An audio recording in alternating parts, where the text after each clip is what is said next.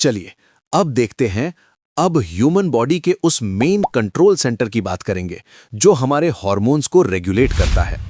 As per the NCERT biology, अगला topic है 19.2 the hypothalamus. अब ध्यान से सुनिए। आपने शायद सुना होगा कि पिट्यूटरी ग्लैंड मास्टर ग्लैंड होती है, राइट? लेकिन उस मास्टर का भी एक मास्टर होता है और वो है हमारा हाइपोथैलेमस।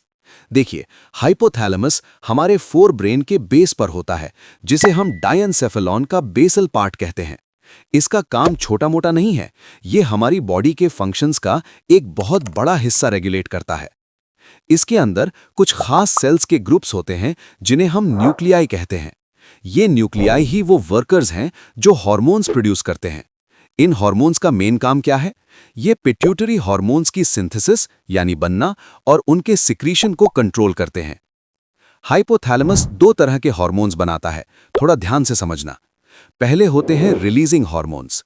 इनका काम है पिट्यूटरी को गो अहेड बोलना कि जाओ अपने हार्मोन्स रिलीज करो। For example, gonadotrophin releasing hormone या GnRH। जब ये निकलता है तभी पिट्यूटरी से गोनाडोट्रोफिन्स रिलीज होते हैं। दूसरे होते हैं इनहिबिटिंग हार्मोन्स। ये स्टॉप सिग्नल की तरह होते हैं, जैसे कि सोमैटोस्टैटिन। ये हाइपोथैलेमस से निकलकर पिट्यूटरी को बोलता है कि बस अब ग्रोथ हार्मोन निकालना बंद करो। अब ये हार्मोन्स वहां तक पहुंचते कैसे हैं?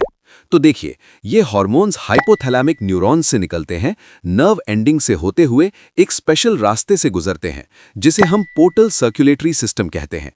इसी रास्ते से ये एंटीरियर पिट्यूटरी तक पहुंचते हैं।